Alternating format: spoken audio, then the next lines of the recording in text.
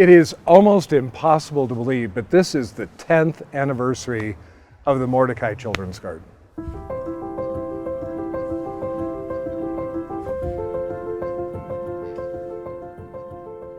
The natural environment provides a lot of really immersive sensory experience for children and families, which is really important, especially in the younger years, in developing different nerve connections in the pathways of the brain, which really help with language development, cognitive development. There's been also a lot of research and study around the positive effects of nature in terms of the social emotional development of children. Time in green spaces and in nature really help kind of reduce stress for families and children. Garden played such an important part in my life as a child. So my mother had a large garden, a fish pond and flower gardens and huge vegetable garden, and she raised chickens, and so we were around it most of our lives, and it was kind of a respite for me as a child. Everybody needs a children's garden, and the main reason is that children in the modern era don't tend to grow up predominantly in rural areas or areas next to nature. From the very beginning, it was about connecting kids to an environment that reflects their own place in the world. So this is all about the Colorado ecosystems, from the high alpine down to the plains. The ecosystems that are represented in the Children's Garden really give us a lot of flexibility and freedom to touch upon a lot of different plant topics and natural topics. So anywhere from the tomato plant that a family might grow in their backyard to perhaps a plant that we're featuring in the Alpine Garden that families might not have ready access to. One of the big inspirations for the garden was taking what was on site at the time, which was a little tiny footpath right in front of the front entrance.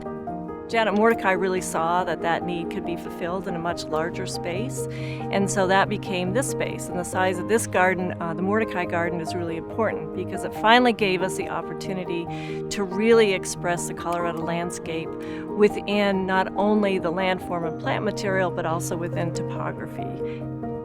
One of the great things about the Mordecai Garden is the desire to make it fully accessible, and that meaning to be families and kids and other visitors that come here. With a garden that's on a green roof, on a parking garage, with 25 feet of elevation change from top to bottom, that was no small challenge. This garden is really designed to be very hands-on, very visceral, very much in the moment, things to touch, things to do.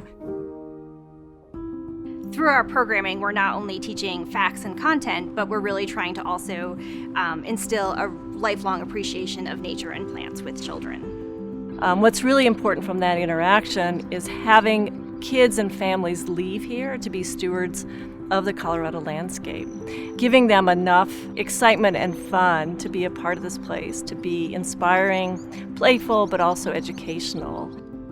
We were working with a group of young children, probably preschool, kindergarten age, and they were planting. And so one of the things we always talk about is what plants need to survive and grow. And so we go through our usual soil, air, water, sunlight, that kind of thing. And this little girl raised her hand and said, "Well, what about love? Don't plants need love to grow too?"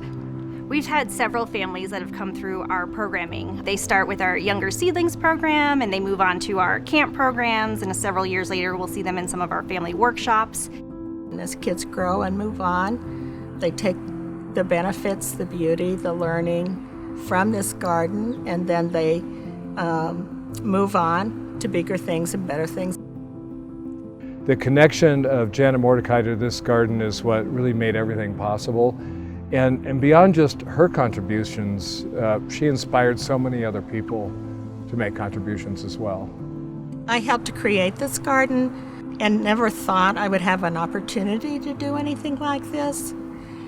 It came to me very late in life. I started a foundation after my husband died, after selling his business. And it's funny what you think about when you could get to anything. Everything's a possibility. But the first thing I thought of was a children's garden, and first because children are so important to me.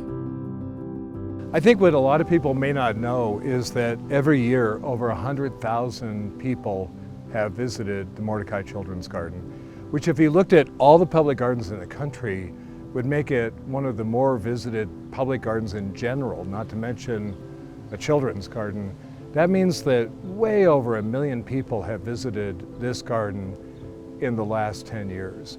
And that is just nothing but potential. It's nothing but perspective and insight and connection that people will have all over our community. Every year it just gets prettier and prettier.